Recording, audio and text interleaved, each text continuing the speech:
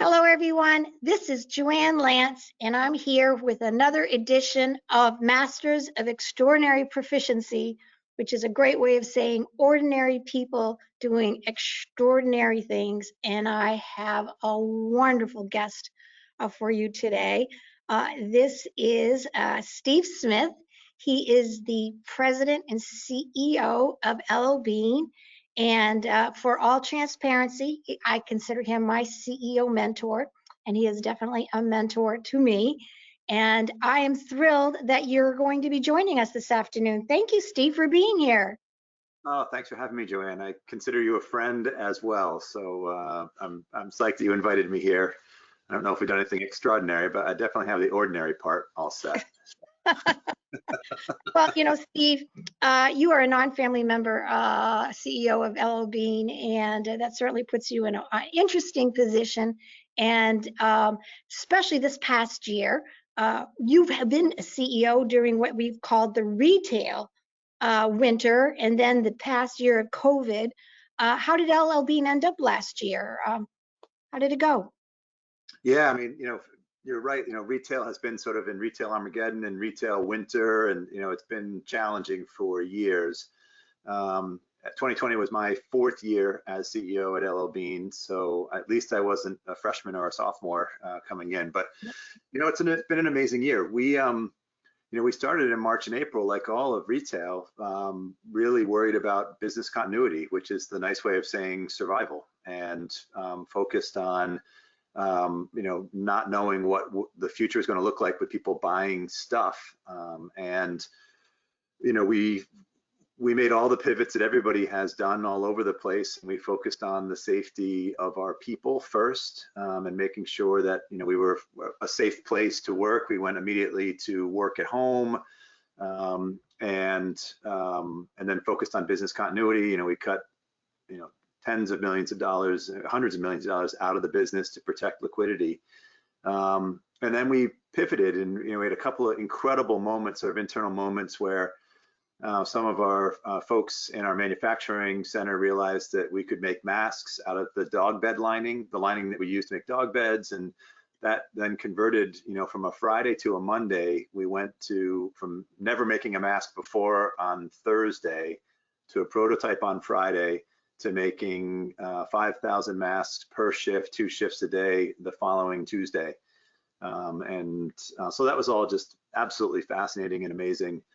And then business-wise, we really clicked in. We had a huge drop. We closed our stores. We closed our flagship store that's only been closed 4 times in its history, and our stores were closed for 10 weeks. We are primarily an e-com business, so we were channel favored. But we clicked in with the American psyche, and people wanted things to be cozy and warm at home or to be new outdoor enthusiasts. So we have everything for everybody. So it was slippers and cozy clothes early in late spring. It was outdoor furniture, backyard games, and archery sort of late spring. Then true outdoor pursuits with bikes and boats and hiking and camping equipment. Then we went into snowshoes and cross country skis and warmer clothes for the outdoors. And we will end up the year having a really strong year. Our fiscal is March through February. So you're almost done. Yeah, it's been an amazing run. And I'm blown away by the resilience. I'm sure you are as well. Like the resilience and perseverance of our teams, our people's willingness to adapt and try new things and work from home and challenge long-held, business processes.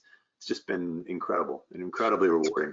Individuals have been so willing to do self-sacrificing for their colleagues, and LL Bean has that culture and spirit where people are working for each other, truly. Now, I didn't know about the dog bed liner for masks, and I'm glad I didn't. And I can tell you, cozy slippers, comfy home. I've been a customer of LL Bean for many, many years, but this past year in particular. So I think I fit the profile of your client, and I'm purchasing those items, and I'm going to just keep them forever. Love that. Let's take a look back at you, and because it's very interesting. I know you went to Dickinson College, so that was maybe a few years ago, and I'll be generous here.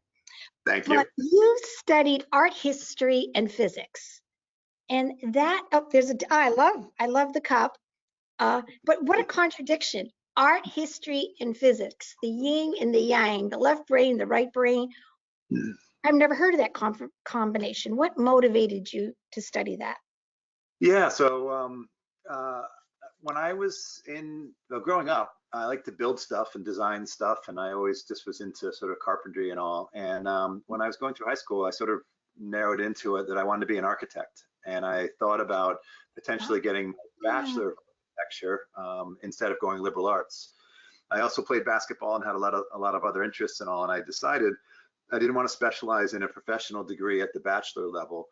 Um, and so wanted to go liberal arts, wanted to play basketball. Both my parents were liberal arts people and my sister as well. Um, but I still had this idea that maybe I would go back and get my master's in architecture after school. So the art history and physics is exactly what you just said. It was left brain, right brain. The art history sort of allowed me to learn about design and aesthetics and iconography and history, but obviously through art. And then the physics would prepare me for future structural engineering and things that the science side of architecture. And so that's what I thought when I went in. When I came out of college, I really just wanted to work. I wanted to start making money. I wanted to be independent. And I moved to New York City, and I converted that. It's exactly what I said. It's the left brain, right brain. It's comfort with art and science into my very first job in advertising, which is not dissimilar. You do have design and creativity and aesthetics as part of advertising, but it's business, it's science. You're looking at consumer behavior and why do people do things and how do you convince people to do things. So that's my art history and physics connection. I wish I had that explanation for my children to try to convince them into a liberal arts science combination. You make it seem like it sounds like sense. You were in advertising, but then you went into marketing from there for Delhaize Group, which is supermarkets. Of Yep. course, supermarkets, basketball, art history, building things. I still don't see the connection. But Delhaize, were you prepared? Did you feel you were prepared for Delhaize?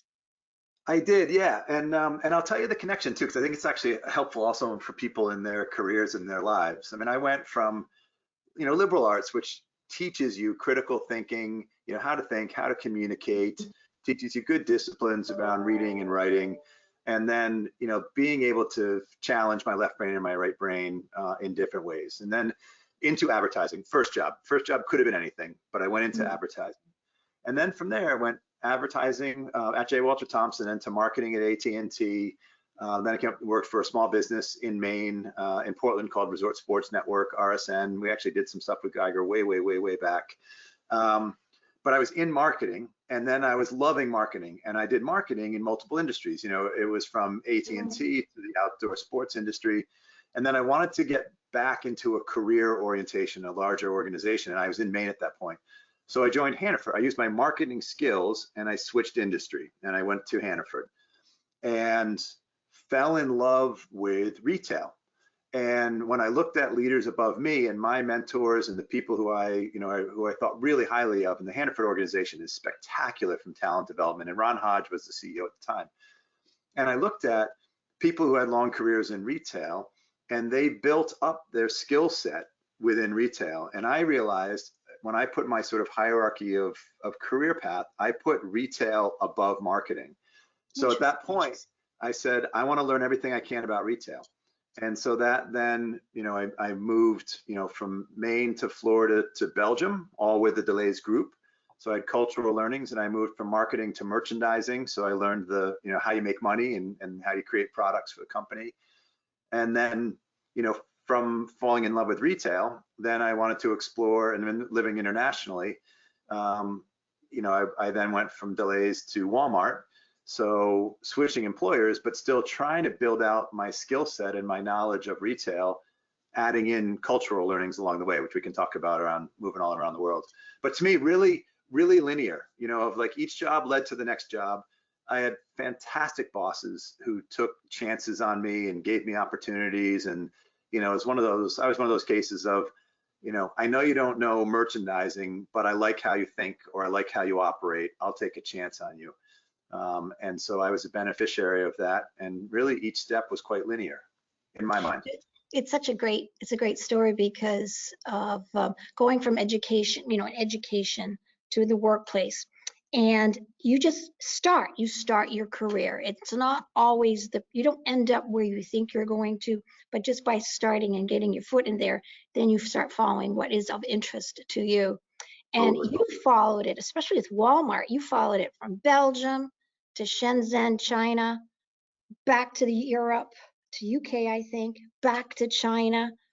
You were bouncing around all over the place. Couple years in China, but not all at the same time, back and forth. How hard was it for you to adjust to all those different countries? I mean, that's a big change. Yeah, totally. One thing that did help was, I'm a marketer, and one thing you do as a marketer is you're studying consumer behavior, you're studying culture, you're studying why people do what they do, you're understanding pop culture and all that kind of stuff. So I always had a curiosity about why people do what they do in different cultures and all. But yeah, I mean, we moved as a family. I mean, both of my daughters were born in Maine. And then we went from Maine to Florida to Belgium to China to England, back to China. And then in 2015, we moved from Shanghai to Yarmouth, Maine. And, Maine, Florida, Belgium, all one company. So with the overall values of the organization, the understanding of the structure, those moves were challenging culturally. I was the only American working in the Belgian business. So I worked for Deleuze Le Lion, the Belgian retailer. And so I worked in French and Dutch. So learning, how to operate, how to lead, how to manage in a different language, different culture, incredibly challenging. And then setting up family, with my two daughters going to international schools and my wife sort of, finding our ways. All of that was challenging, but we did it together. And, once my daughters got to be sort of 8 to 10 years old, they had a vote in those moves, and we decided as a family, do we want to stay international? Do we want to keep this adventure going?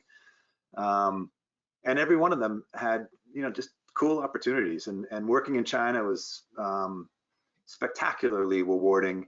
As you said, I did 2 different tours there. So I ran Sam's Club China, and I was chief marketing officer for Walmart China, both based in Shenzhen. And I was with a bunch of expats there. So there were a lot of Australians, and it was really fun and rewarding. So yeah.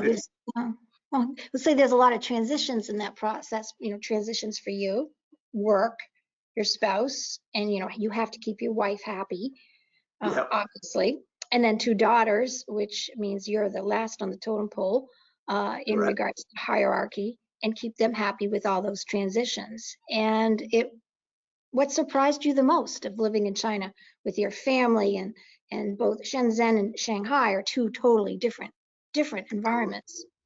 Yeah, totally different. I mean, Shenzhen was our first time living in Asia, and you definitely have the shock of Asia, smells, culture. And actually, Shenzhen was a fascinating city in that in 1996, it was a fishing village of 150,000 people. In 2011, when we lived there, it was a city of 13 million. So it was a brand new city, didn't really have a soul because it's brand new, did have beautiful mountains, but a very small expat community. And so, as a family, we definitely got pulled together very tightly and closely because we really just had each other. But, all the sights and sounds and sort of challenges the first time around, I'd say, I don't know, we just sort of went at it as an adventure, and really open-minded. I can bore you later, but I mean, I ate all kinds of crazy things, and there's so much hierarchy in China, and so all kinds of really formal lunches and dinners, and I was at places where there's lazy Susans full of all kinds of incredible foods, but like cigarettes in champagne glasses, like everybody's smoking around the table, not me. Yeah. Anyways, so yeah, it was fascinating. I've been going to Asia and to China, gosh, since the early 90s. And there was a phrase that someone said to me there that I've never forgotten, which is, don't look at us with round eyes. Uh, I don't know if you've ever heard that phrase, but don't look at us with round eyes. What does that mean to you, especially somebody who's actually lived there? Yeah, interesting. I've never heard the expression, but I definitely understand what they mean. And it's funny. It's a great question, especially working for Walmart, the world's largest company and American company in China. Mm. Really fascinating. And I had a big epiphany in Belgium, actually, before I got to China, which was when you live and work internationally. And again, this goes back to a little bit being a marketer and just sort of thinking about even art history, like iconography and cultural stuff. You have to be very deliberate about recognizing what is country culture and what is company culture when you are working for a company in a foreign country. And the difference is, when it's country culture, you need to learn it, you need to understand it, you need to respect it, and it's not something to challenge or change. It's actually something that you, as the foreigner, need to figure out, how do you assimilate those cultural norms, still keeping your own, your own values, intact. But you need to learn, if you want to be successful, you need to understand why people act the way they act in a certain way. And I can give you a couple examples. And then company culture, especially if you're coming in at a senior level, that's fair game. That is how people behave in the work environment, and is it hierarchical, and what is the feel like in the office? And a lot of people make the mistake of thinking that everything inside the company is company culture, and Americans will come in. Americans are pretty arrogant and pretty ethnocentric on, like, America is the way to do everything, and they'll come in and make demands on the way things should be. And if it's against the country culture, ultimately you're not going to win over the trust and the respect of your employees who are from that country, because you're challenging something that is innately within them. And I found this all the time. It's really interesting. I had employees in China who worked for me, and there was an over under that was like 30 years old or so, where people who were over 30 had been trained and had gone to school in purely communist China. So their learning was rote memorization. It was pure memorization. It was very, very linear education. Those who were younger, the Chinese education system had opened up, and they had started to teach more critical thinking, broader thinking. If you had an employee who was from Singapore or from Taiwan, they had a little bit more of a Western view of education. But I had employees who were younger than me who you simply couldn't speak to them conceptually. I couldn't just say, talk conceptually. I had to say, this is what I want, and I need you to do A, B, C, D, E. They were not bad people. They were not dumb people. They were awesome, super hardworking, but they were not ever educated in a way to think and operate conceptually. And so those are the kind of things that you pay attention to and you understand. It really does prepare you or any person for listening to this, not only about if you live in a different country, but also if you work with individuals who do. Here at Geiger, we have offices around the globe and in different areas, and we work with individuals or with our suppliers in different countries, and we can use the same applications into our own interactions. That's really fascinating. Yeah, yeah. Do you feel that prepared you to become a leader at LLB or I not? do, yeah. It's interesting, and there are parallels. So I know you were perplexed by my parallels early on, but they really I are. am. I really have thought about my career as skill building, adding new and different skills, and starting in marketing, but learning merchandising, learning general management, learning operations, learning how to operate a P&L and understand a balance sheet, and all those things. I really do think about life as additive, and adding experiences in and then sort of sorting them out. So for the actual job at hand at LLB, when I came in, which was a company that needed transformation, and it needed brand reinvigoration, business process reinvigoration, challenges to all kinds of things, how we buy inventory and manage the business and all. And I knew I had the skills and the abilities to do that. And it was very clear from the board and the hiring firm of what they were looking for, and cultural change as well. Like, it really needed whether it's going to be me or somebody else. They needed a more inclusive, collaborative leader. So I felt prepared for that purpose. And then weirdly, but a real parallel, um, working overseas, I became very culturally astute of just paying attention to culture and really being a student of culture and inquisitive and not forcing my personality onto an organization. And you do that at your peril when you're overseas because you'll alienate people back to the country and company culture. Coming into Bean, highly culturally mature organization, very proud, lots of long service employees. And so I really wanted to come in and study the culture of Bean and realized, and I knew that for me to be effective, I've got to be able to sit back, ask questions, listen, learn, process, and sort of think about leadership like a clutching mechanism between your own engine and the wheels of the organization. And you need to sort of clutch yourself in and out. You can't just come in charging at the speed you want to go. You've got to make sure that you're in with the organization. And then once the clutch is connected, you can do great things and you can move forward together. But that cultural curiosity, I think, has served me well coming into the organization. And you have done very well. You really have. Thanks. You have an innate love of nature. And you've also done some pretty crazy things, by the way. Have you integrated that passion of nature with your senior leadership team? And if so, how? Yeah, it's awesome question. And the cool thing about Bean, as you would expect, the vast majority of employees in my senior team, if they've self-selected to work at Bean, they have some connection to the outdoors, to being outside, to appreciating nature. So we actually have, as an entire organization and with my leadership team, incredible connections with nature. We make sure that we start all of our sort of morning meetings talking about, outdoor pursuits and not all ambitious, like just a beautiful dog walk with an incredible sunrise is just as, inspirational as someone, climbing tumble down in 3 feet of snow or something. And so, everybody on my team brings a different outdoor passion. One of the coolest things in 2020, we've been working at home. We changed one of our business processes. We put in response team meetings, which had been the full executive team, plus a bunch of invited guests. We've been meeting at 8 a.m. every single morning. It was 7 days a week until July. We then went down to 4 days a week, and we've been doing that ever since. And it's our connection on the business, on just make sure we're totally locked together on everything that's happening around us. And one of my direct reports who runs supply chain, he's up super early every morning, and he, at least 3 mornings a week, sends a sunrise text picture to our entire executive team with a written haiku that he writes. It's spectacular.